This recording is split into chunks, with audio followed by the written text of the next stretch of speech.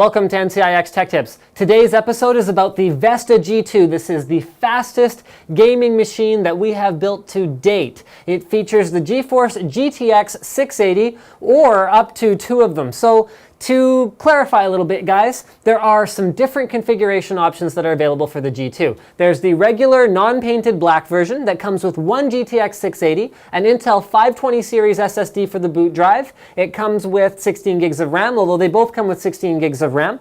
It also comes with a Core i7-3930K unlocked processor, and I think that's actually most of the configuration changes. Yes, it also comes with an AX850 80 plus gold power supply. However, this is the one-of-a-kind signature edition G2. This one is pretty much decked out to the nines. We're talking painted Corsair Obsidian 650D case. We're talking Intel Core i7-3960X Extreme Edition processor. Also 16 gigs of RAM, as that's probably overkill for gaming already, to be frank with you guys. Dual GTX 680 graphics cards from Galaxy, as well as a Seasonic 1000 watt 80 plus platinum power supply. Two Intel 520 series SSDs in RAID 0 with a 4 terabyte storage drive. So there's only one of these. Basically, it's first come, first served. When the system launches, when our eBlast goes out, you guys will be watching this video presumably in the eBlast. So I want to talk to you guys about the general architecture improvements that have been made on all aspects of the system, as well as the general performance you can get, whether you're going with the Elite Edition or the standard Vesta G2.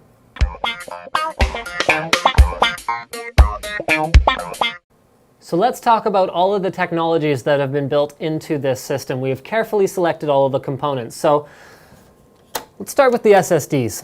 Dual 520 series SSDs. Why did we go with 520 series SSDs from Intel? Well, because this is a premium system, so we're not looking to save a couple bucks on the SSDs.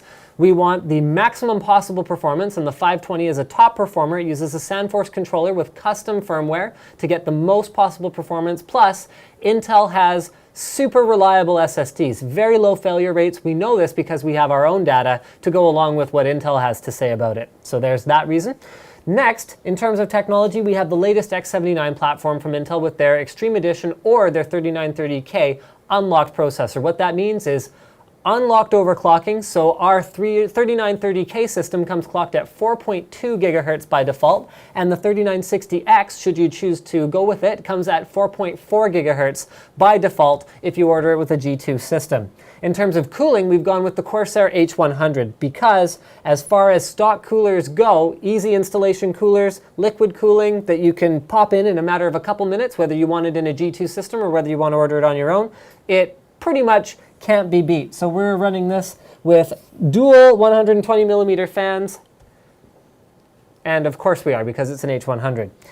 Finally, let's talk the GPUs. Kepler, this is the code name of the GTX 680, is the fastest single GPU graphics card to date. It uses GPU boost to deliver additional performance on the fly, and two of these cards is capable of providing over 6,000 marks in 3D Mark 11 on extreme settings, with one card easily breaking 3,000. Should you choose to go with a one or a two card configuration, that'll give you some idea what you can expect. Finally, for the power supply, 80 plus platinum is pretty much as good as it gets. It also includes hybrid fan technology on this particular unit, which it doesn't?